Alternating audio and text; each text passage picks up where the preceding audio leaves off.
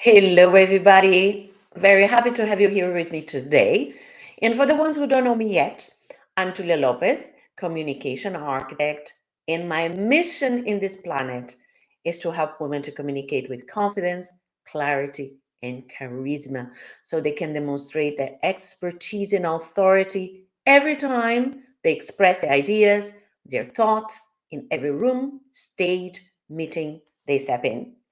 And today I want to take a few minutes of your time. Please bear with me because I have something quite revealing and important to share with you. A bit of feedback. A couple of weeks ago, I ran a survey within my community on the topic of discovering your confidence factor. And I had an amazing response. About 150 ladies gave their feedback, like filled the survey. And I find that this is something we can all learn from. An important disclaimer here is that the answers are all anonymous. No one's identity is revealed, only their answers. And this is what I want to show and make some comments with you.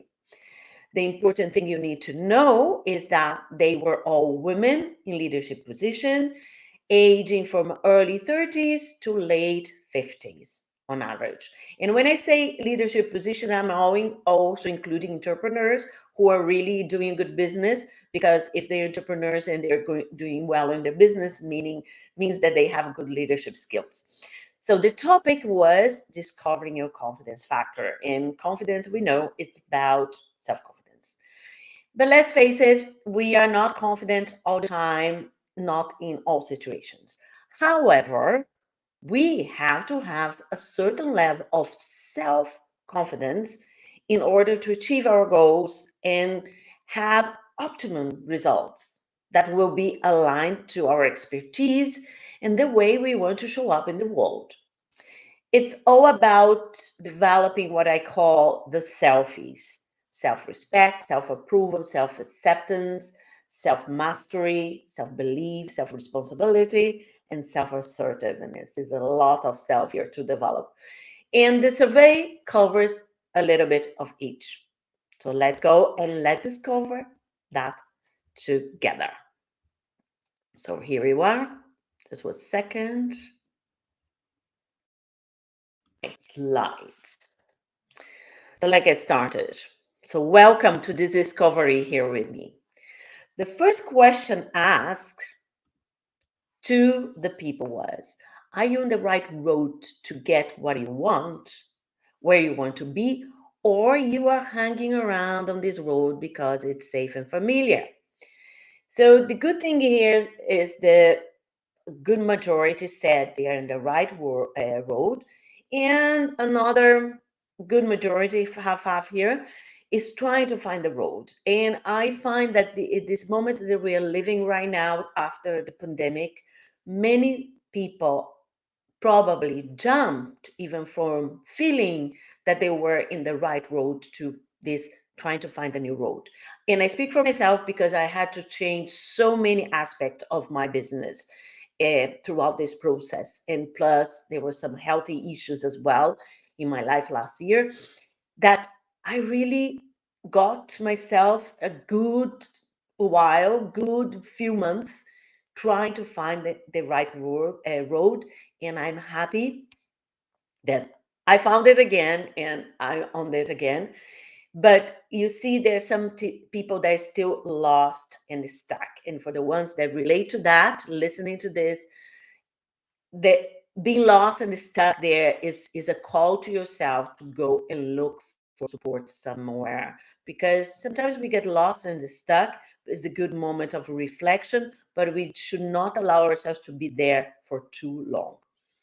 So the next question was, do you have any strategy, a map, a timeline, or a set of life skills for yourself for the upcoming 3 to 5 years? You know, we always do this 3 to 5 years plan.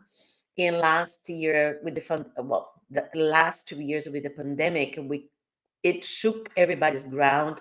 We realized that, oh my God, can we really do 3 to 5 years plan? We don't really know what happens next. And now we have, unfortunately, at this moment in time, this war in Ukraine. It's yes, I would say it's very difficult to predict everything, but I believe from my own experience that having no plan is not the way to go, because once you have a plan, you have a blueprint, you have an objective, at least you have some guidelines, and you know the road you're taking, even if you take detours while you go around, but not having anywhere to go. It's like the story from Alice in the Wonderland, where Alice gets to a fork road and she sees the cat on the tree, and then she asks the cat, "Where should I go?"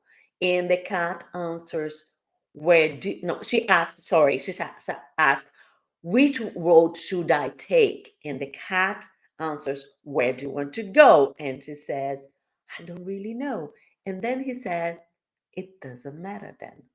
So what we don't want is to be in a position as a professional that we keep taking roads because it doesn't matter. We don't know where we're going.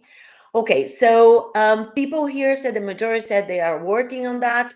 I fully understand after this pandemic and everything, everybody had to redo many things, reconsider many things, and some good percentage says yes, good for you, and we have some people that are still trying to figure out where to go. And for those ones, don't struggle alone. That's my saying. Do you know the rules of success? In other words, to achievements. Well, you know, success is a very subjective word because success means different things for different people. So, but the important thing is that for whatever your meaning of success is, do you know what takes, what would take to you to achieve that success that you want? And unfortunately, here, some people say they are not really sure, which, if we go back to the first slide, it makes sense when some people said the same 40%, I guess it would be the same people saying that they were not really doing it, they were in the right road, they were trying to figure it out. So it's congruent here. So that's a good thing. The next one was, can you honestly say that you are accountable for all your choices, behaviors, and actions? 53% said yes, not all the time. And someone wrote their own, her own view saying, I know it's like that, but there are patterns that still come back, not easy to break. And I think that was a very honest answer, because that in fact is what really happens when you say here for your 53.3% that you are accountable for all your choices, behaviors, and actions. I really ask you to reflect on that, because we live in a world where we interact with people and we cannot always have things in the way we want, and sometimes we have to compromise to be able to move on. I'm not saying that we have to compromise all the time, but sometimes we do have to compromise in order to move on. So saying that you are accountable for your choice, behaviors, and actions, I would say if you consider that, yes, sometimes even taking the decision to compromise consciously, so then I say, yes, I agree. But if you are compromising without thinking, so then, and you're saying that you are accountable all the time, rethink about that. The next one, do you allow yourself to fall into what others think is good for you? Sometimes, yes. The majority say yes, yes, I used to be like that. Others' opinion could influence me a lot, and I changed that. And again, a good, honest answer. And I find that this is a good response because it's very difficult to not to be completely indifferent about what things other think about us, and it requires a lot of self-confidence and all the selfies that I mentioned before to be able to not fall into those, let's call, traps of doing things because you want to please others. And those things, even if you consider that you are very confident, those things would happen to you more in unconscious way. That you fall in those patterns, and then you realize, oh my God, I'm doing this because I wanted to feel accepted. So something for all of us to learn that, even if you say, I'm very aware and I stop there and I analyze, assess the situation and then make my decision. But not all the times we are aware because we have our subconscious patterns that we fall into, that we have to work, and then there's never something that you do and is done. Is a constant working throughout the life. Do you have focus and daily discipline? This is a tough one, and say most said sometimes, and it's true, having a focus and daily discipline is a challenge for everybody. I have developed my disciplines, but they change from time to time because I have the tendency, I honestly hate routines, but I understand consciously that without routine, you don't achieve much because things need to have a system for you to be able to get somewhere. If you don't have that system, it's quite difficult to achieve something. So it's a constant retweaking and revisiting and redoing. But you can see here only a small percentage says yes, and some even smaller says no, but the majority says sometimes, which I think is more adequate. Are you a people pleaser in relationships at the expense of your own happiness? Oh, women, we fall into that because of education, culture, etc. We need to be nice. We need to accommodate. We need to be nurturing. We need to avoid confrontation. So we grow up learning all these conversations and this guidance, and it's very difficult to break through this as an adult, and requires a lot of selfies work in order to break the pattern of being a people pleaser. It doesn't mean that you cannot please someone that you love, that you don't do something to make someone happy. It's a completely different story, but we're not going to go in depth on that here. So the next one, are you building your dream work-wise or being hired to build someone else's? That is good question. That some people said definitely building my dream, 60%. So then there's a incoherence here, because remember the first question saying, are you in the right road? Some 40% said no. So where this 20% here in this 60% now? Where this 20% extra appeared? Because if you're not in the right road, you cannot be definitely building your dream. Do you follow me? Remember, last question was about this.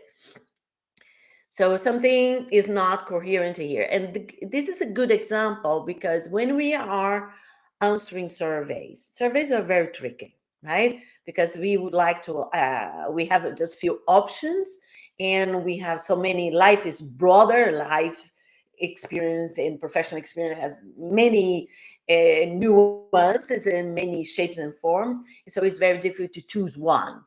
But when we are filling forms, and especially for survey, and the good way of doing is not thinking too much and just filling in, it is good because then when these discrepancies happen, it's good for us to learn. It's something that we are not communicating well to ourselves. Because as I said, if in the first question, are you going, are you in the right way, in the right road? And 40% said yes, 40% said no. And then here, 60% said definitely building my team. There's 20% here that's incongruent. Something to think. Now, this one is, do you feel anxious about giving presentation work? You see, the majority say, I manage to control my nervous. I'm always concerned about what people think about me. That's common, very common. I'm okay, and there is room for improvement, and I believe most people are there. There's always room for improvement because every presentation, every time you're in front of people, you learn something about yourself. You learn something not only about your presentation, but about yourself. What worked, what it didn't, how confident you felt, if some question really destabilized you, and why was it? So, and here there's another one. I'm terrified of losing my point. This is a common thing. Q&A questions is something that many people avoid as well, because here you say, I'm afraid of being asked something that I don't know. And not at all, I'm all prepared all the time. I would question that, because yes, we are well prepared. We can get to that point, but that there is also the healthy anxiety before giving any presentation, giving any talk, or going to any meeting or any negotiation. And this is a healthy anxiety, which one way to deal with it is, instead of feel anxious, is transform the anxiety in excitement. And then it's a good feeling to your body, to your senses, because when you're in that state, means you're in alert mode. So you're attentive. Not feeling anything, going to a presentation as if, oh, I've done this so many times that I don't care. It is very risky, and you probably will make mistakes that you are not going to like. So, as I think it was Abraham Lincoln who said that, if it's not, forgive me, but the saying was, if you fail to prepare, you're preparing to fail. So, the next one is, do you feel awkward asking your boss directly for a rise? Yes. Yes, everybody does. Yeah, but and some said depend on the situation. Yes, I think it's every time you have to ask for a rise, because it means you have to negotiate, and probably you will face a no, or you face a maybe, and these will require you to put into practice your good negotiation and communication skills. This creates a awkward feeling. Yeah, but awkward here, you'll have to analyze what kind of awkward you're feeling, because if it's awkward terrified, awkward insecure, think about it. Are you always understanding, if even when others are disrespectful to you? Majority said sometimes, but more that I would like to. Okay, and with that, I understand that you're kind of trying to compromise because you're trying to avoid confrontation. The important thing is, I can be understanding, I can be empathetic without agreeing with you. But disrespect is something that we should never accept. Okay, I can understand where you come from with your anger, but let's change the narrative, let's change the language, because you would disrespect me, and we cannot have a conversation at that level. And one thing that I like this here, 20% says, no, if someone attacks me, I immediately react. So for you there, let me tell you, if you're part of my monthly coach, if you're not, I will put a link. You can be part of it. The monthly coach is every month I send videos about a training about a specific topic, and it's free for participating. You just need to register yourself, and every month, last Friday of the month, you receive the video. And I'm thinking of doing this live from now. Let's see. But there is a training there about dependence, independence, and interdependence. And what happened here is, I want to take a few minutes here because this is important. Reaction. Reaction is is a signal that you are not in control. If you think like someone attacks me and react, it means that you are not controlling. You are not in control. You are giving your power to the other person. Because the fact is, you cannot change facts. You cannot change what happened, what someone said, what someone, how someone treated you. However, how to respond to that attack is your power. That is, you have the power of response, of deciding how you will respond. And when you're just reacting means that you are immediately falling to the trap of the energy of that person. So you will escalate. It's just like this. And I have an amazing video about this. It's like if someone attacks you and you attack back, and the other person attack. So this only escalates. But if someone attacks you and you break, you give them a moment, say, hold on a second. Why you are talking to me this way? What is your point? You will see that the person might try to attack again. And then you say, no, I'm here. I want to listen because I don't understand why you are communicating with me with that language. Or you can rephrase. It's a very good way of breaking those kind of attack patterns is rephrasing what the person said, repeating actually. So the person said something and said, do I understand that you're telling me X, Y, Z? Because the fact is many people just say things and they throw things, they attack or they are ready to attack back. But when you give them the space to confirm what they said, that they had really intentionally trying to attack you, they are trying to be mean towards you, they have to reconsider, because they have to reconsider their position, because then they know that this would have consequences. But while you're just attacking, reacting, you don't have this space to analyze it, to really solve the problem. So for the ones there who said like, I attack immediately, it in this process of the dependence, interdependence, and dependence, independence, and interdependence, the dependence stage is when you are in the stage of attacking and reacting when someone says something to you that you don't like.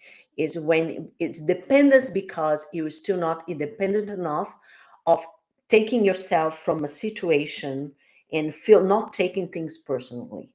When you are in this level, the dependence level, you react because you feel that everything that's said to you is to attack you as a person, is to diminish you as a person. But if someone comes to attack you and you say, if the person is attack you, in fact, it's their problem. And because unless you have done something, if you have attacked before, but if someone comes to attacking you, you have to detach yourself from the situation. Say, oh, hold on a second, give the space, because and Stephen Covey says in his book, The 7 Habits of Highly Effective People, there is for your greatest power is here in this space here that you create between a stimulus and a response.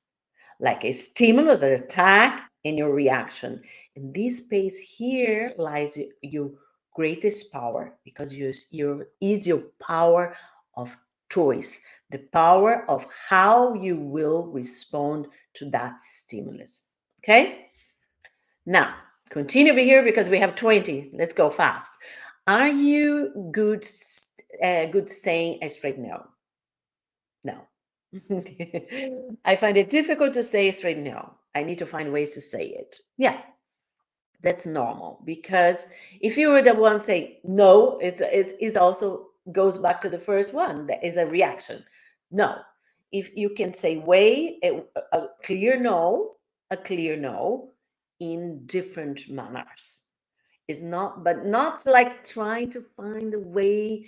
Is saying that no, that the other person doesn't really understand. It's this a no or yes, which leads to several problems, to a lot of problems, right?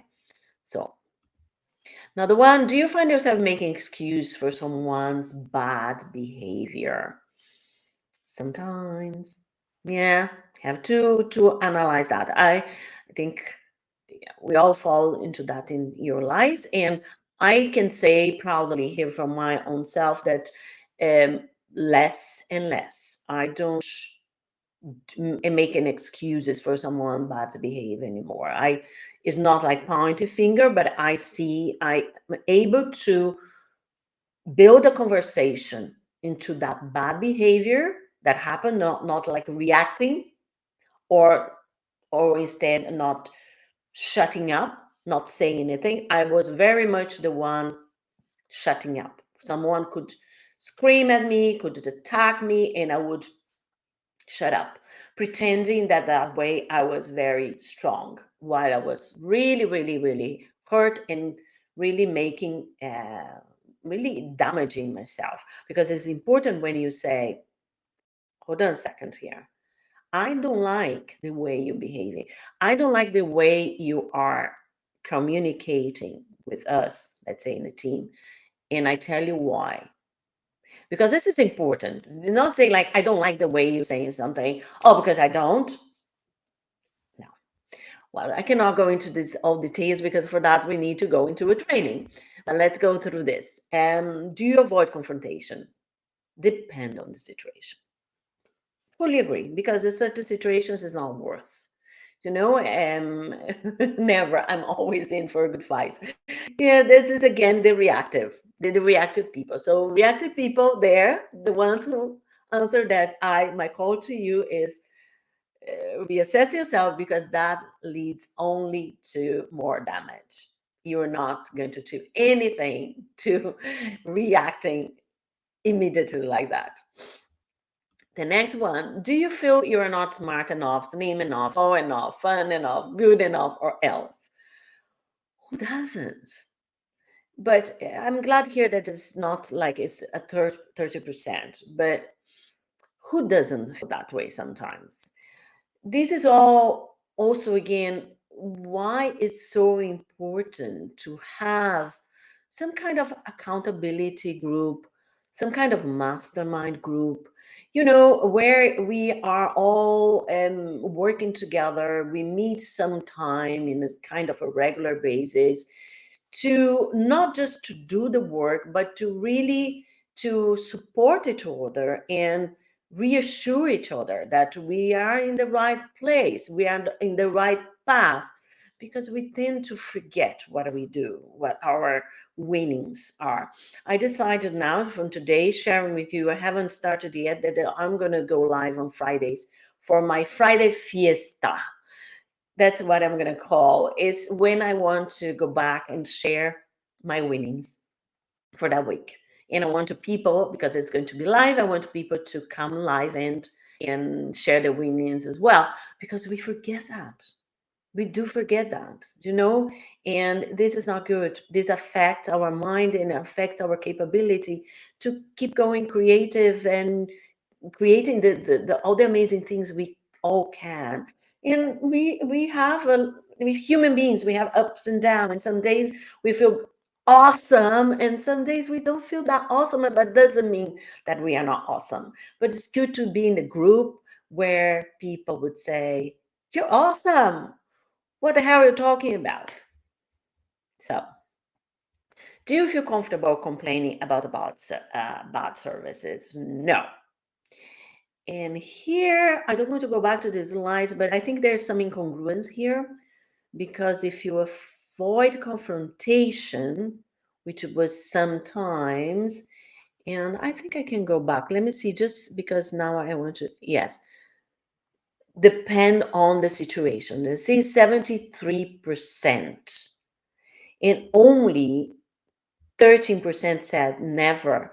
So then there's some incongruence here when 60% says that they don't feel uncomfortable complaining about a bad service, because complaining about bad service means you were going to face confrontation. And here we have, let me just go back again, 70% that said depending on the situation, they avoid confrontation. See how this is tricky, how we trick ourselves. We are not thinking straight. This is why when we behave incongruent, and then some people feel like, oh, what's happening? Of course, we will fall in certain incongruences in our life. We are just human beings, and that's the way it is. But we have to be certain things. We have to be more aware. the self-awareness, and try to balance more in our lives for our own sake and for the way we project ourselves to the world, especially the work environment and amongst the people that we love and we share and we care. Do you share your views openly in all possible situations? 40% said yes, but I intend to make myself understood, which is quite good because it's important to have a voice. It's important to have a saying. And it's important to understand that your views can differ completely from everybody else, but that doesn't mean that you're wrong or they are wrong. We see the world from different perspectives and from our experiences. So, what works well for me might not work well for you. What is understandable and fine with me might not be understandable and fine with you. So that's very important that we express our views openly with respect towards the other, and the others receiving that different point of views, don't overreact and react and attack. See? So this is why it's important to just to be aware of those nuances in communication. So in here it says, yes, I'm honest. Good to be honest, but it's not about, because there's several people out there, and I know many of them, that they believe, yes, I'm honest. I have to say what I think no matter what. It doesn't work like that. It doesn't work like that at all. Because when you are communicating, when you're presenting, you need to understand your audience. When you're in a meeting, when you're in a negotiation, you need to understand your audience, which is your client, with your team players. And you need to find a ways to make yourself understood for them. So yes, I'm honest. Be careful there, okay? Depends on the circumstances, or like individual response is fine. Not really. I feel nervous for you there. There's work to do because your voice is important. It's important that you're able to communicate your feelings, your emotions. You cannot build healthy relationships at any levels, professionally, with your family, with your spouse, with your kids, if you're not able to communicate your views openly. And that is a process. That is a learning. It doesn't happen like that. And we all need support for that. Period. So now let's go. A little bit over time. I wanted to keep this in 30 minutes, but bear with me. We have just two more to go. Have you ever lost your voice or talked too much in meetings, interviews, or networking conversation? And this was a tricky one that I put there because 40% said yes. In that, what I say to you is, you're not listening. You're not listening as much as is needed. Communications is more about listening than talking. So if you're a leader, if you're negotiating, if you want to influence people, believe me, you have to learn to listen more than speak. So to listen to your audience and then you speak. So if you're losing your voice, which I find it was a good question here, but it had this tricky nuance behind it, was to kind of catch you ladies, because I know how much ladies want and love to talk, because they want, when I say you have to unleash your voice, you have to speak up, it doesn't mean that you have to non-stop speak up, not listening to others. The next one is, do you seek other people's approval when you need to take a decision? And here, sometimes when I'm in doubt, I think that's a good answer because we don't have all the answers to everything. And it's good to assess. And when you have something important to do, it's good. It's good to assess. It's good to get feedback from people. But remember, people see things from different perspectives. And you might have even researched a lot about a topic. You really master something, but then you present to someone, you trust the feedback, and the person comes to review, see something that you completely overlooked. So yes, um, take feedback from people who the feedback will be valuable, not friends and family. Friends and family, and they love you, and they are biased in their feedback. They are not be partial. They were going to be, uh, they will be partial, not impartial. They won't be able to be 100% honest. So get feedback from people who are doing what you're doing, who you respect, what the work they do, for people who know more than you, and people who are your role model, people you can learn from. But always look for feedback. And now, are you a perfectionist? And that it was my favorite one, and I left it for the end because I knew they will all fall into this 60%. So, my not so good news for you here, ladies, who answer to this, and for the ones listening, you have to stop perfectionism. Because if being perfect is your goal, you never achieve it. And that means you're missing a range of a range of opportunities in life. You know why? Because you were never ready. You're never ready because there's always something else to add. Yes, and there is always something else to add because there'll always be someone that who knows more than you. However, you can achieve excellence. That is what you have to aim for. Excellence is what you have to achieve.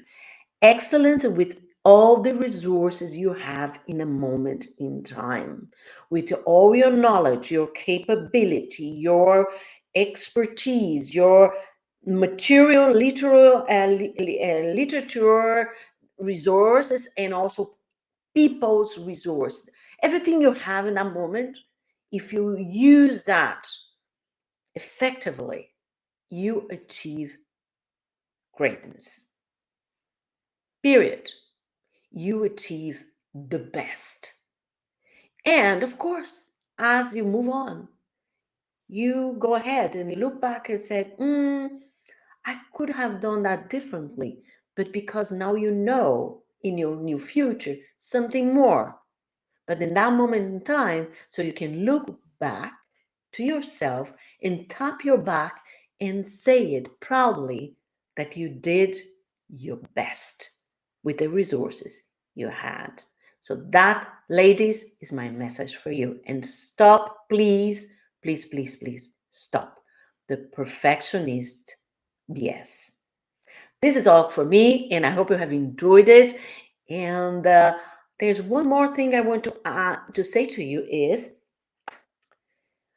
that you can sign up for the monthly coach and we can grow together. But also, there's one thing I want to offer you here is I'm doing, because after the survey, I also realized that, well, I can give you some support here with one burning question you might have.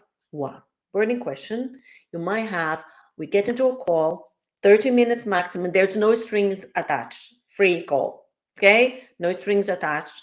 But because of that survey, that inspired me to say, let's get to a call. And what is this one burning question that you have that you want to ask me? And I will support you on that. And you will receive this information on the links. And thank you for watching. And I hope you have enjoyed and learned from it. Bye for now.